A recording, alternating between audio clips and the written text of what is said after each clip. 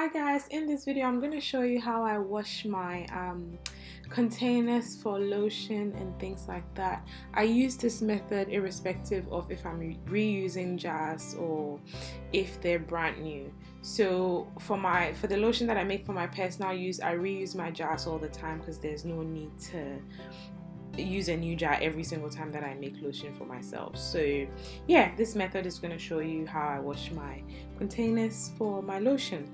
So I've just added dishwashing soap and just a little bit of bleach that I'm using to clean this container. This container is what I use to wash all my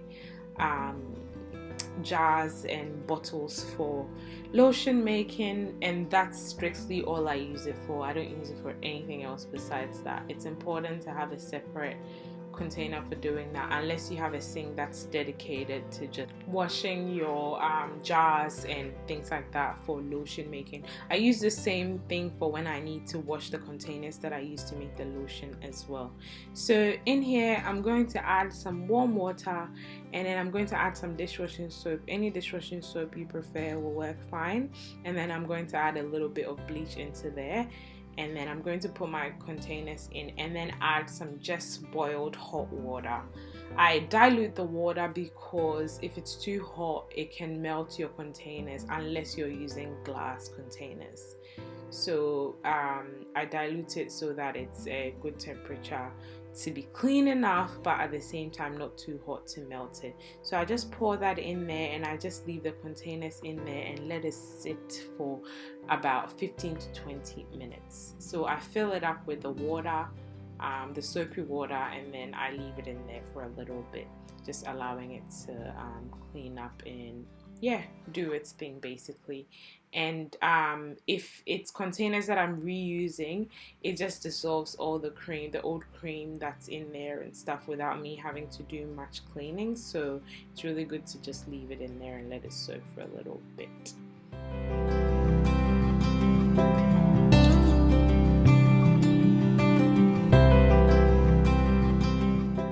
Okay guys, so over here I'm just showing you what the lid looks like now.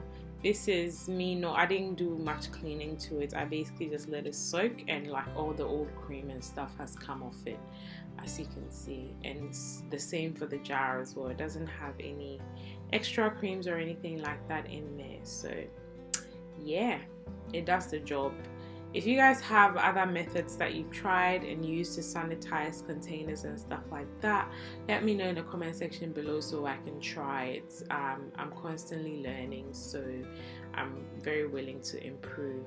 If you're using glass jars, you can further sterilize them by just popping them in the oven and turning it on low and just allowing it to like completely dry the bottles. The heat in there will kill any bacteria or anything like that, but because I'm using plastic bottles I can't put it in the oven. So once this is done, I'm going to pop it all on a clean white towel and then allow it to air dry. Before the air drying process commences, I'm going to do a mixture of half rubbing alcohol and half distilled water, and just spray all my containers and just to clean it even further.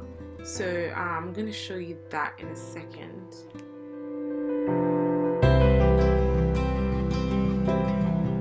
Okay guys, so here's my mixture. So I'm just going to spray my jar, all of it, the lids and then the bottle as well, and then I'm going to leave it and allow it to air dry. Once it's air dried, I'm going to clean it with a paper towel, just to make sure there's no water left in there.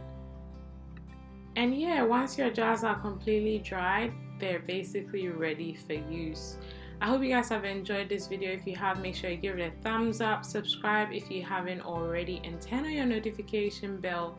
You can further support me by following me on Instagram at LusciousSkin&Hair, and you can also subscribe to my mailing list just down the bottom of my website, which is www.LusciousSkin&Hair.com. or you can purchase some of the products that I have for sale on my shop.